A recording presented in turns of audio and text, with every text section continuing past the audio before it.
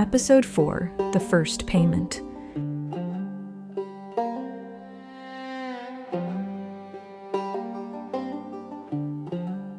Let me tell you something before we go on. I did not have any grand plan.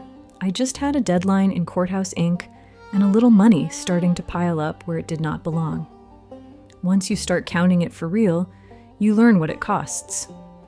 Money comes the way most difficult things come, in its own time and not without a cost of your own. When you are young, you can think of a large sum as only a number. That is easy enough to understand. But getting there, once you start holding it in bills that have passed through other hands, money takes on a different weight. It quits being arithmetic and turns into something you can feel.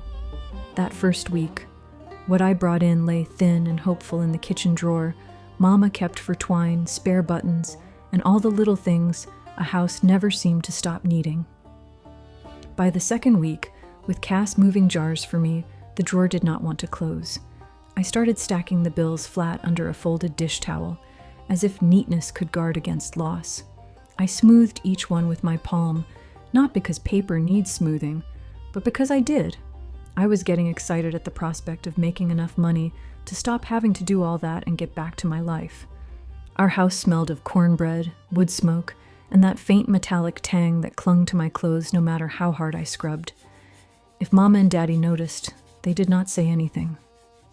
Mama moved through the kitchen steady and quiet, setting plates, rinsing beans, wiping the table in slow circles that looked more like thought than habit. Some nights, when I counted the money, she sat nearby with her sewing and smiled that gentle smile of hers. It made me feel she believed in me and believed I would succeed. I know she did not bless what I was doing, but she did not condemn it either. She just stayed there with me, and in our family that counted for more than talk.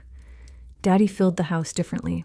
He talked about church business, the weather, the price of feed, a neighbor's failing mule, tobacco down east, and whether rain would come in time to matter. If he knew what Mama and I were keeping quiet, he did not ask. But not asking is not the same as not knowing. He knew well enough what Granny Bost had done in her day. He had known it for years. His own mother died when he was still a boy, and by the time he came into my mother's life, Granny had taken to him like he belonged to her already. She fed him, steadied him, made room for him. He loved that old woman in a way a man does not often say plain.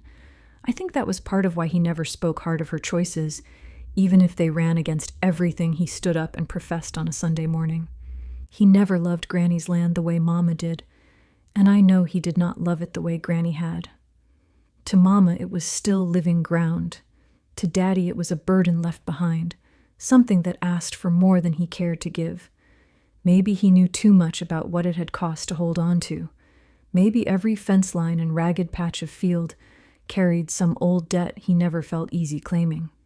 He did not want the land badly enough to fight for it, but he could not bring himself to sell it either. Daddy could let a thing die easier than he could kill it with his own hands.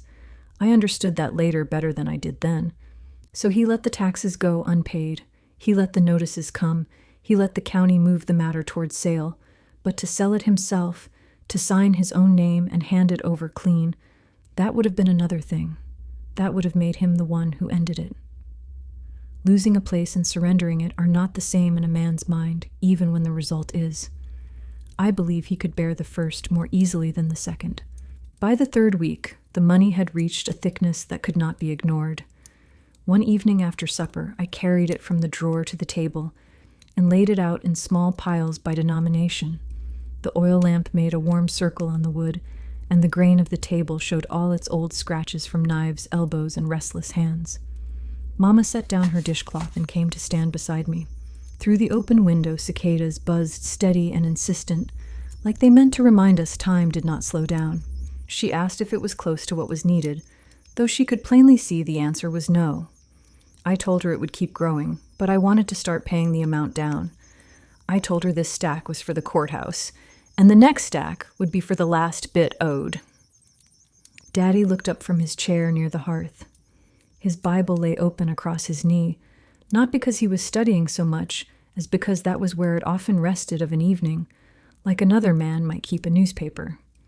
He did not speak right away. He stood slowly, took off his spectacles, folded them, and set them beside the lamp. Then he came to the table and looked at the money, then at Mama, then at me. He rested both hands on the wood and drew in a slow, deep breath that I thought was going to bring forth his temper. For a second I thought he might sweep the whole stack aside or ask me a question I did not want to answer. Instead, he only asked how much it was. I told him it came to $214.06. The bills themselves made $215, but I knew the true figure down to the penny, the same way I knew the level in a barrel or how many jars were cooling on a plank. He worked the numbers on his own then, lips barely moving, and said it would not be enough. I thought to myself that I still had time. Daddy did not show emotion well. He was a stern man, and a pious one, a farmer, a deacon, a man who believed the world ought to show a straight line between deed and consequence. What I was doing lived outside that line, even if the purpose did not. Still, his words were not harsh. They were heavier than harsh. They were plain. I told him it shortened the distance. It was less owed than yesterday. He studied me then, and I could feel what he was measuring. Not whether I was right, and not whether I knew I was sinning. He was measuring whether I understood the risk, whether I knew what it meant to put hard money into a hole that might never fill. He was looking for childishness and did not find it. He said if I did not finish, that money would be gone, same as the land. I told him I knew that. I told him I was not going to lose either. That was not bravado. It was only the truth as I knew it then. Partial payment meant nothing if the full amount did not follow in a couple more weeks. The sale would still go on, and the winning bidder would only save some money. What I had earned would disappear into a ledger that did not care how it had been paid. Knowing that hard fact only strengthened my resolve to get the full amount in time to keep what my grandmother had fought for. Daddy laid his hands flat on either side of the stack. He did not touch it at first. I think he hated what it was and respected what it represented, and those two feelings were wrestling in him. Then he gathered the bills carefully, aligning the edges with his thumbs the way he aligned everything, as if order itself might keep the world from going crooked.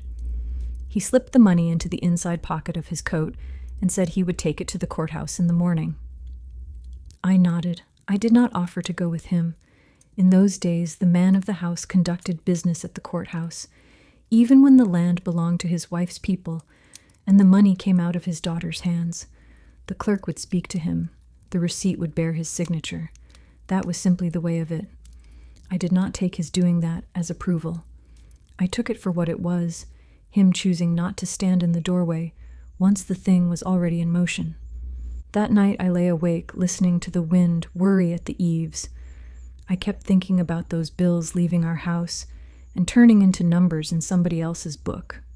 Once handed over, they would stop being labor and become only payment, reduced and recorded, with no story attached. In the morning, Daddy dressed with the same care he used on Sundays, coat brushed, collar straight, hat set square. He did not say much, only that he was going into town. I watched from the doorway as he walked down the drive with his coat pocket heavy. Backlash lifted his head from the pasture, looked once, and went back to grazing. The sycamore by the branch stood pale and still. I did not go downtown in Concord much, but I thought about Daddy's trip there. I had seen the courthouse each time we drove down Union Street, so I followed him in my head. I thought about the red brick walls that held heat in summer and chill in winter, ink, dust, old paper, floors worn smooth by generations of boots. I could picture Daddy stepping to the counter and laying out that money in the same neat stack I had made, while the clerk counted it without expression. That clerk was not going to admire anybody's sacrifice. Ledgers do not admire. They only add and reduce things. Daddy came back near midday with the receipt folded in his shirt pocket. He hung his hat on the peg and stood there a second like he had not quite left the courthouse behind. Then he said they had noted the payment, but the balance still had to be paid by the posted date. I took the receipt and read the figure that was left. I already knew it, but seeing it in another man's hand made it feel colder, more settled somehow. We had come a little way. We still had a long way to go. Daddy poured himself a glass of water. Then, without looking right at me, he said that if the rest did not come through in time, They would not give back what had already been paid. I told him I understood, and I thanked him for doing it because I knew it was hard for him. He looked at me then, long enough for me to know he was seeing more than the sum on the paper. He was seeing his daughter doing what he had not done, and perhaps what Granny once had in her own fashion. I do not think that made him proud. I do not think it made him ashamed either. I think it made him tired in a place deeper than tired. He nodded once, like a man accepting weather he could not change, and that afternoon I went back to the barn. The air inside was thick and warm. The old tobacco boards held heat in a close way, and the smell rising from the mash was sweet, sharp, and living. I lifted the lid from one barrel and leaned in. What I was doing had already crossed a line by then. The money Daddy carried to town had seen to that. It was no longer a scheme or a hope. It was risk made visible. I set the still together carefully, tightened fittings, checked the seals, leveled the kettle, and laid the coals so the heat would come even. Sweat gathered along my back, but I would not hurry. There was no room for carelessness now, not with money already sunk and more still needed. Every run had to count. When the clear stream finally began to fall into the waiting jar, I watched it with the kind of attention some folks reserved for prayer. Each drop was time turned into money. Each drop was distance crossed. Each drop said the same thing in a different voice. Not enough yet, not enough yet, not enough yet. Outside, the fields and fence lines looked no different than they had the day before. Notices and receipts belonged to desks and courthouse drawers, not to dirt. Inside the barn, the arithmetic of heat and grain went on. By the time the run was finished and the jars stood in a row along the plank, my shoulders ached and my palms stung where the glass had pressed. I counted twice, covered them with burlap, and banked the fire. That first payment had shortened the distance, yes, but it had taken away any comfort that might have come with pretending effort alone could save us. The folded receipt lay on the kitchen table when I came back to the house, quiet as a warning. Effort did not secure land, only completion could.